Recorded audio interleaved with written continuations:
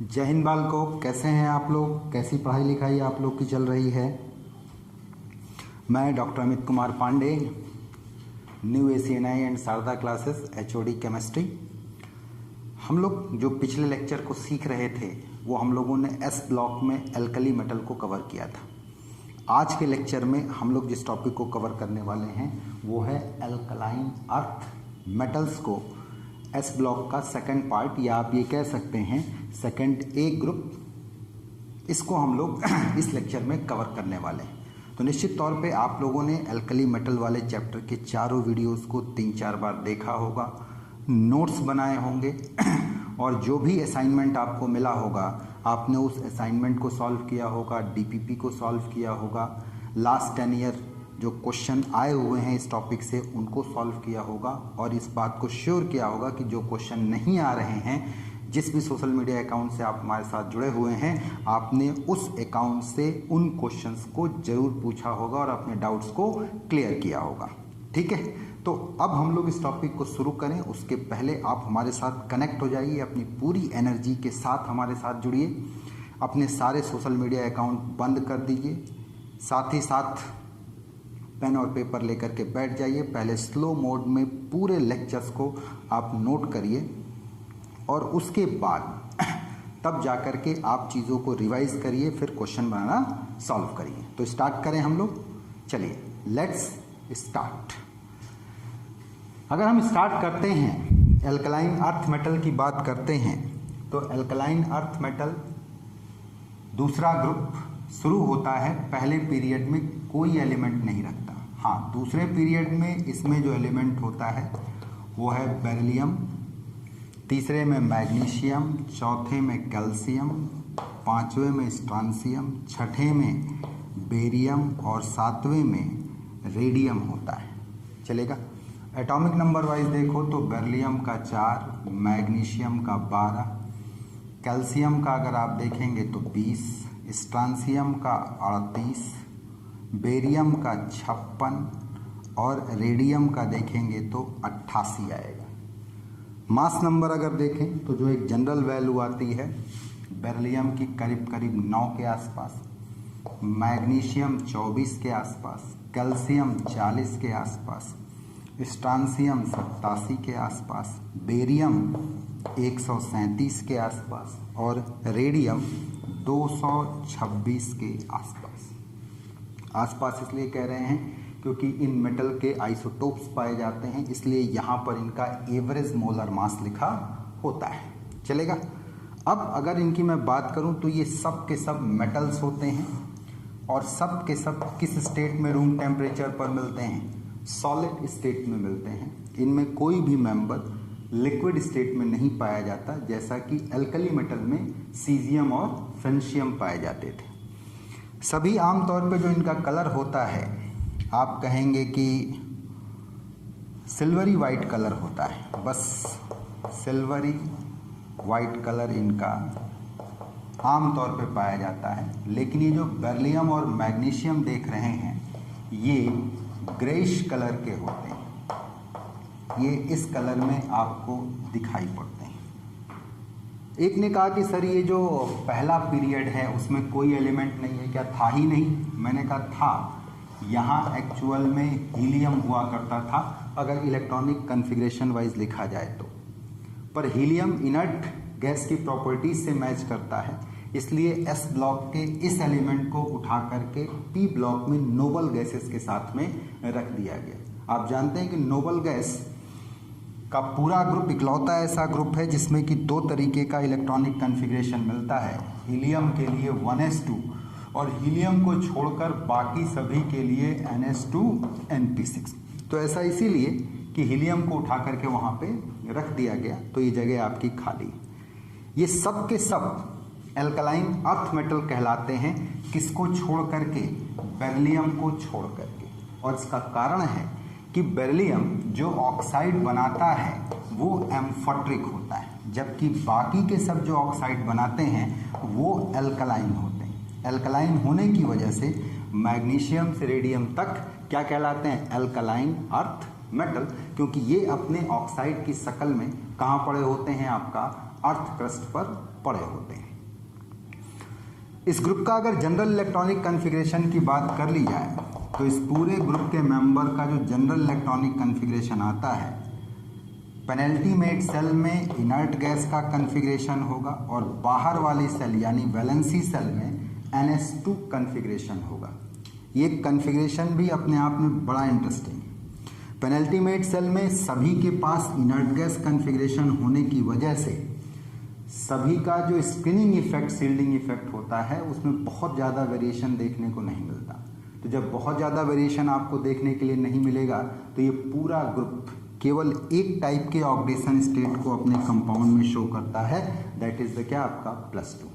ऐसा नहीं जैसा कि पी ब्लॉक में होता था कि स्टार्टिंग के मेंबर में इनर्ट गैस रहता था, फिर बीच के मेंबर में इनर्ट गैस और पेनल्टीमेट सेल में डी सबसेल का कॉन्फ़िगरेशन, फिर लास्ट में एफ भी आ गया, तो पोलराइजिंग पावर बदल जाती थी जिस पर कि उनकी जो ऑक्सीडेशन स्टेट है वो भी बदलती थी। ऊपर के मेंबर जहाँ हायर ऑक्सीडेशन स्टेट शो करते थे, लास्ट के मेंबर लोअर ऑक्सीडेशन स्टेट में जाना पसंद करते थे और कहते थे आप due to inert pair effect. लेकिन ऐसा यहाँ कोई झाम देखने को नहीं मिलेगा क्योंकि सभी मेंबर की पेनल्टीमेट सेल में किसका कॉन्फ़िगरेशन है, आपका इनर्ट गैस का कॉन्फ़िगरेशन मौजूद है।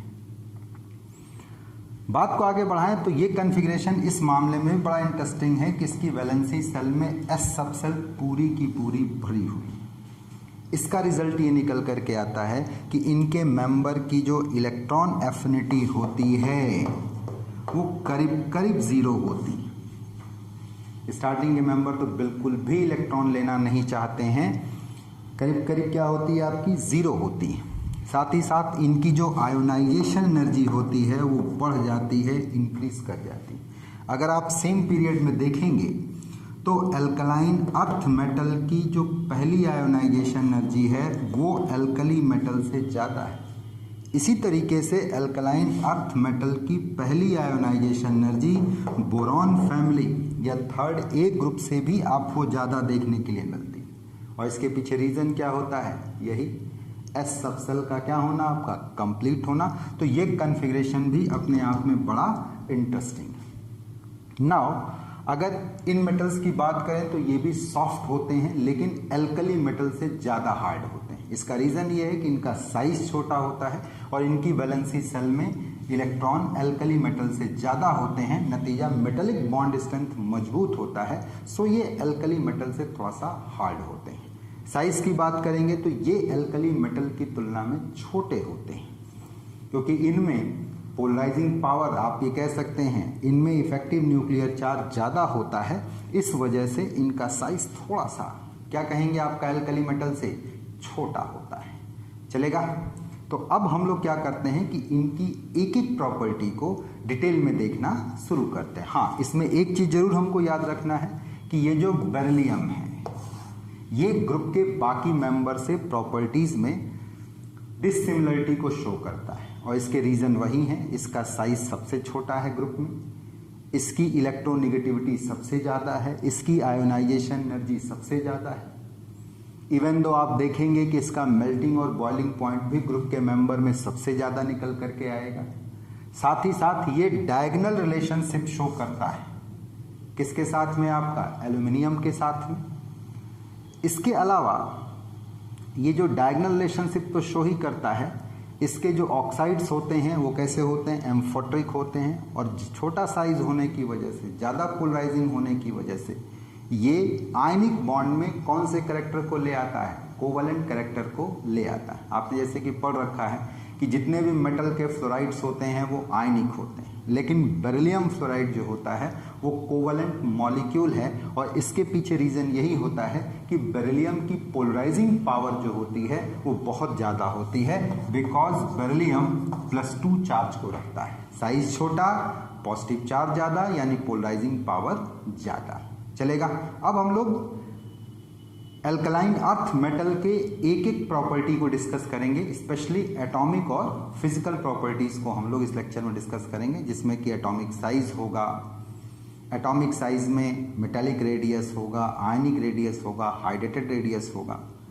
आयोनाइजेशन पोटेंशियल की वैल्यू होगी, ठीक है।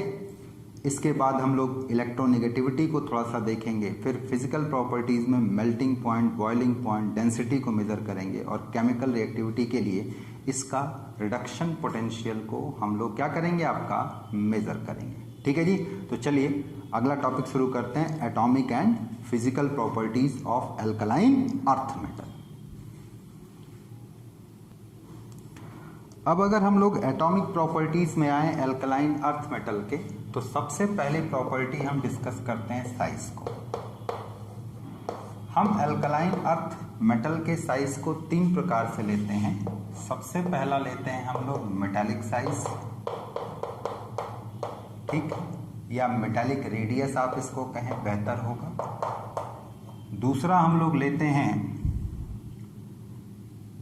आयनिक रेडियस, और तीसरा लेते हैं हम लोग हाइड्रेटेड या सॉल्वेटेड रेडियस, हाइड्रेटेड या सॉल्वेटेड रेडियस या साइज।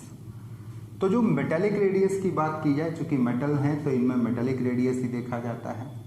बेरिलियम से लेकर के रेडियम तक अगर आप चलेंगे, और रेडियम को अगर रेडियो एक्टिव मानेंगे तो एलिमेंट ही अनस्टेबल है, तो उसका साइज क्या डिफाइन किया जाएगा। हाँ, जैसे जैसे ग्रुप में आप ऊपर से नीचे की तरफ आते जाएंगे वैसे वैसे इसका साइज बढ़ता जाएगा।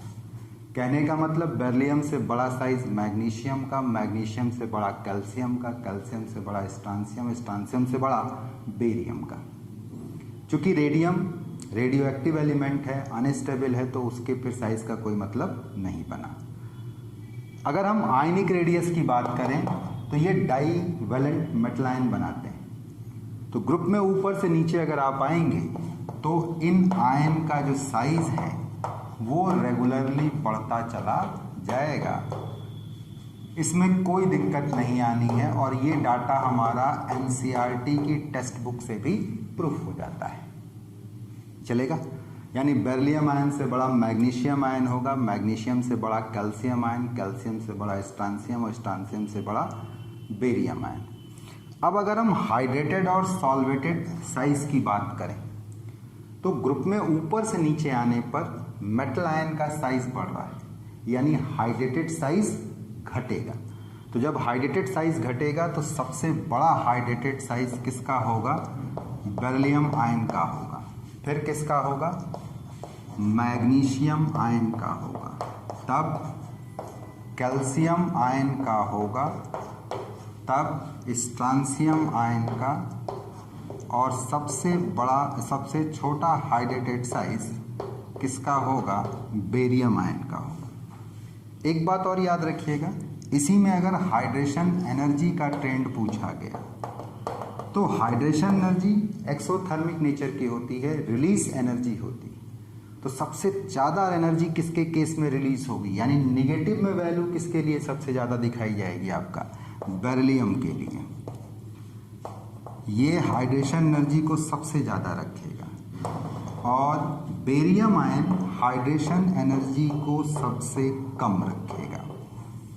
हाँ, यहीं अगर सवाल में आयनिक मोबिलिटी या आयन की स्पीड पूछ दी गई सॉल्यूशन में, आयनिक मोबिलिटी या स्पीड ऑफ आयन की बात कर ली गई, तो सबसे ज़्यादा स्पीड हाइड्रेटेड बेरियम आयन का होगा और सबसे कम स्पीड बेरिलियम आयन का होगा। रीज़न, हाइड्रेटेड बेरियम आयन सबसे छोटे साइज का है, जबकि हाइड्रेटेड बेरिलियम आयन बड़े साइज का है। तो यहाँ आयनिक मोबिलिटी सबसे तगड़ी होगी हाइड्रेटेड बेरियम आयन की, और सबसे वीक होगी, सबसे स्लो होगी किसकी, हाइड्रेटेड बेरिलियम की, हाइड्रेटेड बेरिलियम की। तो जब कभी भी इसमें से किसी भी एक पार्ट को टारगेट किया जाएगा तो उसमें आपसे 4 क्वेश्चन पूछे जा सकते हैं, 4 ऑप्शन दे करके, कि maximum value, minimum value, increasing या डिक्रीजिंग ऑर्डर। ठीक है जी, कर लेंगे। अब अगर बात साइज की हो गई तो हम दूसरी एटॉमिक प्रॉपर्टी में आते हैं, और वो प्रॉपर्टी है आयोनाइजेशन एनर्जी या आयोनाइजेशन पोटेंशियल की। तो मैं आपको बताऊं, अगर आप आयोनाइजेशन एनर्जी या आयोनाइजेशन पोटेंशियल के ट्रेंड की बात करेंगे तो हम लोग आयोनाइजेशन पोटेंशियल के केस में कुछ इंटरेस्टिंग फैक्ट को पहले तो पाते हैं, पहले तो उन फैक्ट को डिस्कस करें। सबसे पहला फैक्ट ये कि अगर एल्कली और एल्कलाइन अर्थ मेटल के आयोनाइजेशन एनर्जी को आप कंपेयर करोगे सेम पीरियड में, तो याद रखना पहली ionisation energy alkaline earth metal की एल्कली मेटल से ज़्यादा आएगी। क्लियर है? और इसका रीज़न ये होता है कि एल्कलाइन अर्थ मेटल के केस में सेम सेल से स्टेबल इलेक्ट्रॉनिक कन्फिग्रेशन से इलेक्ट्रॉन निकालते हैं। यहाँ S2 से इलेक्ट्रॉन निकलता है और यहाँ S1 से इलेक्ट्रॉन निकलता है। लेकिन हाँ, अगर यही दूसरे आयोनाइजेशन की बात की जाए तो दूसरे आयोनाइजेशन के लिए याद रहे एल्कली मेटल की ionisation energy alkaline earth metal से ज़्यादा हो। और इसका रीज़न है कि एल्कली मेटल में जो इलेक्ट्रॉन निकलता है अंदर वाली कंप्लीट सेल से निकलता है, जबकि एल्कलाइन अर्थ मेटल में ये बाहर से निकलता है। जैसे अपनी बात को एक छोटे से एग्जाम्पल से हम कंपेयर कर दें लिथियम और बेरिलियम को लेकर के। इसका एटॉमिक नंबर 3 और इसका क्या है आपका 4। इसका कन्फिग्रेशन 1s2 2s1 और इसका कन्फिग्रेशन 1s2 2s2। तो जब पहला इलेक्ट्रॉन आपने निकाला तो आप ध्यान से देखिए दूसरी सेल से निकला, लेकिन बेरिलियम के केस में कंप्लीट एट सब सेल से निकला, लिथियम के केस में इनकम्प्लीट से निकला। इसलिए यहाँ पर ionisation energy alkaline earth metal की एल्कली मेटल से ज़्यादा है। लेकिन जब यही हम सेकेंड आयोनाइजेशन की बात करेंगे, एक एक इलेक्ट्रॉन निकल चुका होगा उसके बाद की बात करेंगे, तो जरा ध्यान से देखिए एल्कली मेटल में इलेक्ट्रॉन पहली सेल से निकलेगा, जबकि एल्कलाइन अर्थ मेटल में इलेक्ट्रॉन दूसरी सेल से निकलेगा। पहली सेल का इफेक्टिव न्यूक्लियर चार्ज बहुत ज़्यादा होता है, तो बहुत ज़्यादा होता है, इसलिए सेकेंड आयोनाइजेशन के लिए एल्कली मेटल की ionisation energy alkaline earth metal से क्या है आपका ज़्यादा है। लेकिन अब यहीं पर अगर हम तीसरे आयोनाइजेशन पोटेंशियल को देखें, थर्ड को देखें, एक एक इलेक्ट्रॉन इनमें और निकल चुका हो तब की बात की जाए, तो अब जरा ध्यान से देखिए, अब दोनों में ही तीसरा इलेक्ट्रॉन पहली सेल से निकलेगा, लेकिन बेरिलियम के केस में कंप्लीट एस सब सेल से और यहाँ इनकम्प्लीट से, तो निश्चित तौर पे यहाँ इफेक्टिव न्यूक्लियर चार्ज जब ज़्यादा आएगा तो इसकी आयोनाइजेशन एनर्जी क्या होगी आपकी ज़्यादा होगी। यानी थर्ड आयोनाइजेशन के लिए एल्कलाइन अर्थ मेटल की आयोनाइजेशन एनर्जी एल्कली मेटल से क्या होगी आपकी ज़्यादा होगी। चलेगा? अब अगर हम एल्कली और एल्कलाइन अर्थ मेटल को कंपेयर कर ले गए तो हम लोग अगला कंपैरिजन शुरू करते हैं। एल्कलाइन अर्थ मेटल और बोरॉन फैमिली को लेकर के। चलेगा? और इसको समझने के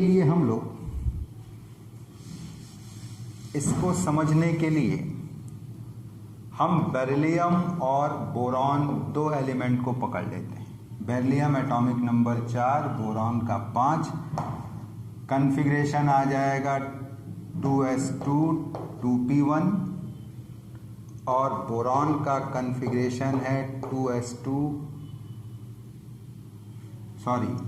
2 बेरिलियम का आएगा 1s2 2s2 और बोरॉन का आएगा 1s2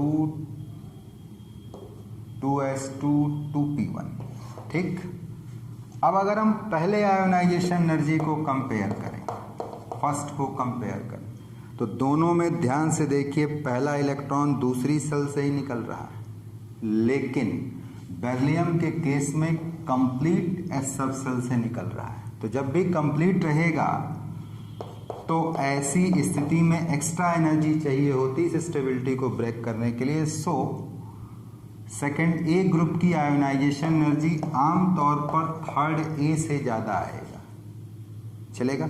अगर हम यही बेरिलियम और बोरॉन को कंपेयर करें तो यही चीज़ अगर हम सेकेंड आयोनाइजेशन की बात करें तो जब सेकेंड आयोनाइजेशन की बात करोगे और एक एक इलेक्ट्रॉन दोनों में से निकल चुका होगा तो अब ध्यान से देखो, यहाँ पर इलेक्ट्रॉन दोनों में सेकेंड सेल से निकल रहा है, लेकिन बोरॉन में कंप्लीट एस सब सेल से निकल रहा है। तो सेकेंड आयोनाइजेशन के केस में बोरॉन की आयोनाइजेशन एनर्जी बेरिलियम से क्या होगी, आपकी ज़्यादा होगी ना। अगर यही मैं थर्ड आयोनाइजेशन की बात करूं, तो तीसरे आयोनाइजेशन के केस में तीसरा इलेक्ट्रॉन जो निकलेगा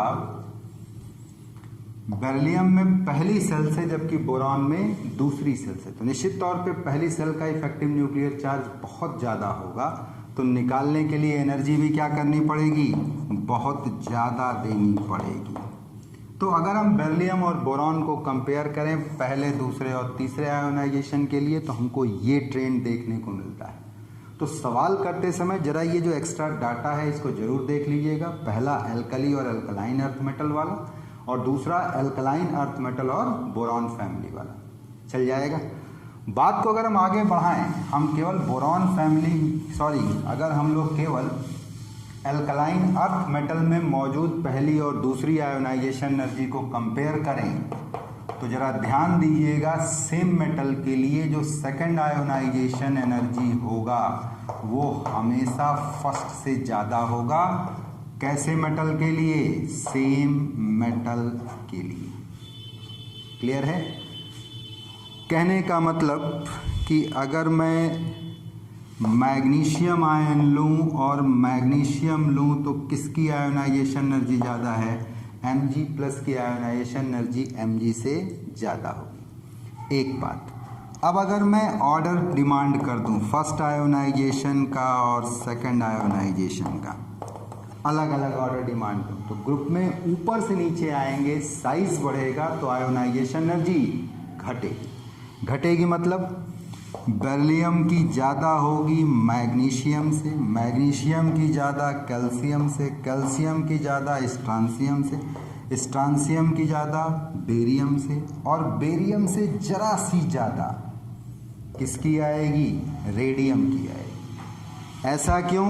वही रीज़न, थोड़ा सा जो बड़ा साइज होने पर आ जाएगा। क्या रीज़न आ जाएगा भाई? Due to lanthanide contraction. किसकी वजह से? लेंथेनाइट कॉन्ट्रैक्शन की वजह से। इसी तरीके से अगर आप सेकंड आयोनाइजेशन एनर्जी की बात करेंगे तो भी बेरिलियम का ज़्यादा होगा मैग्नीशियम से, मैग्नीशियम का कैल्शियम से, कैल्शियम का स्ट्रांसियम, बेरियम, और बेरियम से थोड़ा सा ज़्यादा किसका निकल करके आएगा, रेडियम।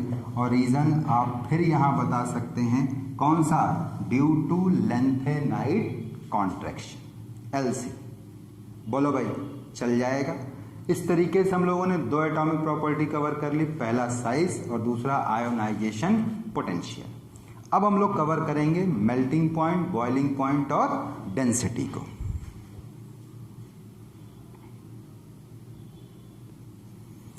अब अगर हम लोग कुछ फिजिकल प्रॉपर्टीज़ को डील करें अल्कलाइन अर्थ मेटल्स के लिए, जैसे कि मेल्टिंग पॉइंट, बॉइलिंग पॉइंट और डेंसिटी, तो बड़ा ही इरेगुलर ट्रेंड आपको इन प्रॉपर्टीज़ में अल्कलाइन अर्थ मेटल का देखने के लिए मिलता है। अगर स्पेशली हम मेल्टिंग पॉइंट और बॉइलिंग पॉइंट की बात करें तो अल्कलाइन अर्थ मेटल का मेल्टिंग और बॉइलिंग पॉइंट करस्पॉन्डिंग पीरियड में अल्कली मेटल से ज़्यादा आ रहा है। और ज़्यादा आने का रीज़न ये है कि जहाँ अल्कली मेटल की वैलेंसी सेल में एक इलेक्ट्रॉन है, वही अल्कलाइन अर्थ मेटल की वैलेंसी सेल में 2 इलेक्ट्रॉन है। जहाँ अल्कली मेटल का साइज थोड़ा सा बड़ा है, वहीं अल्कलाइन अर्थ मेटल का साइज छोटा है। और आप तो जानते हैं कि जो मेटालिक बॉन्ड स्ट्रेंथ होती है वो वैलेंस इलेक्ट्रॉन के डायरेक्टली और साइज के क्या है, इन्वर्सली। इसका मतलब ये कि अगर वैलेंस इलेक्ट्रॉन बढ़ रहे हैं और साइज घट रहा है तो ये दोनों ही फैक्टर मेटालिक बॉन्ड स्ट्रेंथ को बढ़ाएंगे, जिस पर कि इनका मेल्टिंग और बॉइलिंग पॉइंट बढ़ा हुआ मिल जाएगा।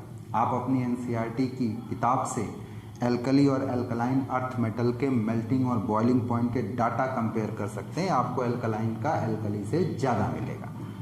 अब मैं इस मेल्टिंग और बॉइलिंग पॉइंट की बात करूं तो एक कॉमन फैक्ट दिखता है कि बेरिलियम के लिए मेल्टिंग और बॉइलिंग पॉइंट ग्रुप में सबसे ज़्यादा है, वहीं मैग्नीशियम के लिए यही मेल्टिंग और बॉइलिंग पॉइंट सबसे कम है। जहाँ सबसे ज़्यादा बेरिलियम का वहीं मैग्नीशियम का सबसे कम है। बाकी तो आपको ध्यान देना पड़ेगा, जैसे मेल्टिंग पॉइंट है तो ये सॉलिड की प्रॉपर्टी है, बॉइलिंग पॉइंट है लिक्विड की प्रॉपर्टी है।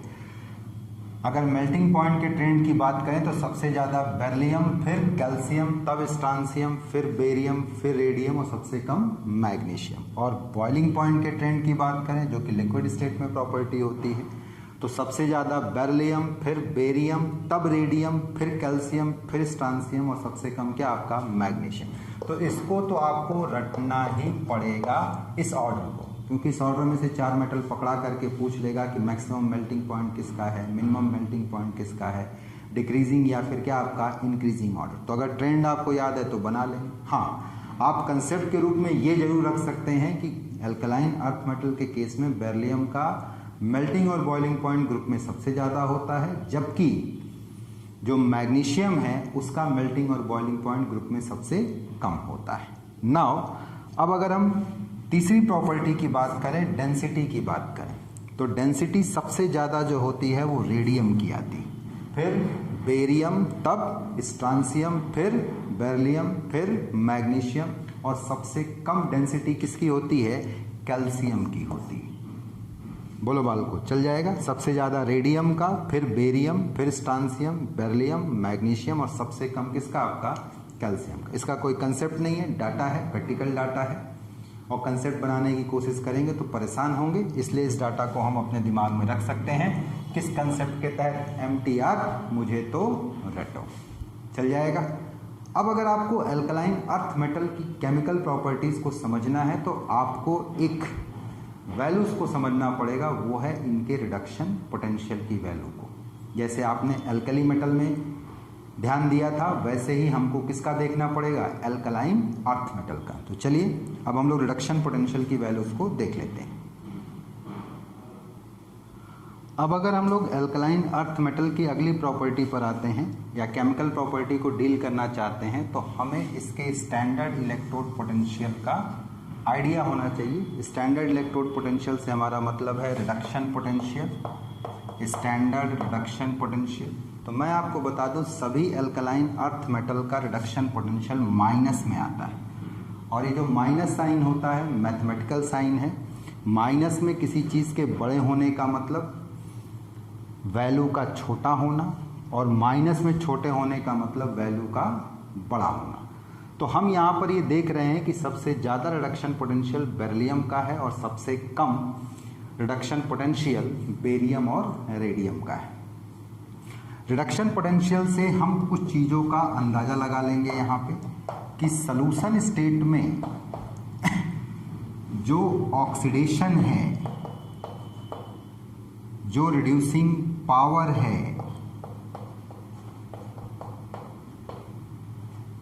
जो रिड्यूसिंग एजेंट के तरीके काम करने की टेंडेंसी है, जो रिएक्टिविटी ऑफ मेटल है इस रिएक्शन के लिए, रिएक्टिविटी ऑफ मेटल, तो ये सारा का सारा वैल्यू इन्वर्सली प्रोपोर्शनल है किसके, आपका स्टैंडर्ड रिडक्शन पोटेंशियल। यानी जिस मेटल के लिए स्टैंडर्ड रिडक्शन पोटेंशियल सबसे कम है, ये उसका ऑक्सीडेशन बड़ी तेज़ी से होगा, उसकी रिड्यूसिंग पावर बड़ी ज़्यादा होगी, वो बहुत तगड़े रिड्यूसिंग एजेंट का काम करेगा, या उस मेटल की रिएक्टिविटी सबसे ज़्यादा होगी। तो यहाँ पर आप ध्यान से देखिए कि जहाँ ग्रुप में ऊपर से नीचे आने पर बेरिलियम से बेरियम की तरफ आने पर हवा में रिएक्टिविटी बढ़ती है क्योंकि आयोनाइजेशन एनर्जी घटती है। तो आप देखेंगे कि सॉल्यूशन में भी इनकी रिएक्टिविटी बढ़ रही है क्योंकि इनका स्टैंडर्ड रिडक्शन पोटेंशियल क्या कर रहा है, आपका घट रहा है। चल जाएगा। तो ये एक बड़ा ही इम्पॉर्टेंट पैटर्न है जो कि हमको एल्कलाइन अर्थ मेटल के केस में देखने के लिए मिलता है कि एल्कलाइन अर्थ मेटल में सबसे कम रिडक्शन पोटेंशियल बेरियम और रेडियम का होता है, जबकि सबसे ज़्यादा रिडक्शन पोटेंशियल किसका है? बेरिलियम का है। बोलो भाई, कर लोगे? कोई दिक्कत? अब अगर थोड़ा सा हम लोग बात करें फ्लेम टेस्ट की, हम एल्कलाइन अर्थ मेटल को एल्कली मेटल के तरीके फ्लेम टेस्ट से पहचानने की कोशिश करते हैं, फ्लेम फोटोमेट्री से पहचानने की कोशिश करते हैं। लेकिन एक दिक्कत है, जहां एल्कली मेटल में ये कलर बड़ी जल्दी आ जाता है, एल्कलाइन अर्थ मेटल में मुश्किल से आता है, क्योंकि एल्कलाइन अर्थ मेटल में जो इलेक्ट्रॉन होता है वो पेयर्ड होता है। यही रीज़न है कि छोटे साइज़ के जो एल्कलाइन अर्थ मेटल हैं, जैसे कि बेरिलियम और मैग्नीशियम, उनमें ये पेयर्ड इलेक्ट्रॉन जल्दी अनपेयर्ड नहीं होता, और अनपेयर्ड नहीं होता तो हमको कोई कलर नहीं मिलता है। लेकिन जो बड़े साइज़ के मेटल होते हैं उनमें हीट करने पर ये पेयर्ड इलेक्ट्रॉन अनपेयर्ड हो जाता है और लो एनर्जी से हाई एनर्जी में ये जाता है। हाई एनर्जी ज़्यादा देर तक टिक नहीं सकता, और जब ये वापस लौटता है तो ये एनर्जी को बैलेंस करने के लिए फोटोन को रिलीज़ करता है। निकला हुआ फोटोन अगर विजिबल रीजन का हुआ तो ये कलर स्पेक्ट्रम में एब्जॉर्ब हो जाता है, विब्ग्योर में एब्जॉर्ब हो जाएगा, और इसका जो कॉम्प्लीमेंट्री कलर है वो रिलीज होता है। तो आप देखेंगे कि कैल्शियम, स्ट्रांसियम और बेरियम बड़े साइज के होने की वजह से फ्लेम पर अपने इलेक्ट्रॉन को अनपेयर्ड करते हैं, और उसके बाद इनसे निकलने वाला फोटोन विजिबल रीजन का होता है, एब्जॉर्ब होकर के स्पेसिफिक कलर देते हैं। तो जो कलर में विजिबल होता है, अपीयर होता है, रिलीज होता है, कैल्शियम के लिए वो ब्रिक रेड कलर है, स्ट्रांसियम के लिए वो क्रिम्सन कलर है, और बेरियम के लिए वो एप्पल ग्रीन कलर है। तो हम लोग इन कलर से फिजिकली एग्जामिन करके ये बता सकते हैं कि कौन सा एल्कलाइन अर्थ मेटल क्या है आपका मौजूद रहा है। बोलो भाई, तो कर लोगे? तो ये पूरा पार्ट हम लोगों ने समेट लिया एल्कलाइन अर्थ मेटल की एटॉमिक प्रॉपर्टीज़ का और उनकी फिजिकल प्रॉपर्टीज़ का और फ्लेम फोटोमेट्री वाला। अब अगर हमको बात करनी है तो एल्कलाइन अर्थ मेटल के केमिकल प्रॉपर्टीज़ की बात करनी, जिसे हम लोग अगले लेक्चर में करेंगे। ठीक है जी, उम्मीद करता हूँ कि आपको मेरा लेक्चर पसंद आया होगा। अगर आप हमारे चैनल पर नए हैं तो हमारे लेक्चर्स को सब्सक्राइब करिए, और अगर पुराने हैं तो एटलीस्ट अपनी प्रेजेंस को बताने के लिए लाइक बटन को प्रेस करिए, ताकि हमें पता चल सके कि नहीं आप हमारे लेक्चर्स पे हैं। ठीक है, किसी तरीके कोई प्रॉब्लम है तो ज़रूर आप जिस भी सोशल मीडिया से आप हमसे जुड़े हुए हैं उससे ज़रूर अपनी प्रॉब्लम हम तक पहुंचाएं, ताकि हम उसका सलूशन दे सकें। ठीक है, तो मिलते हैं अगले लेक्चर में। हंसते रहिए, मुस्कुराते रहिए, एंजॉय करते रहिए और केमिस्ट्री को पढ़ते रहिए। ठीक है जी, चलिए, जय हिंद बाल को।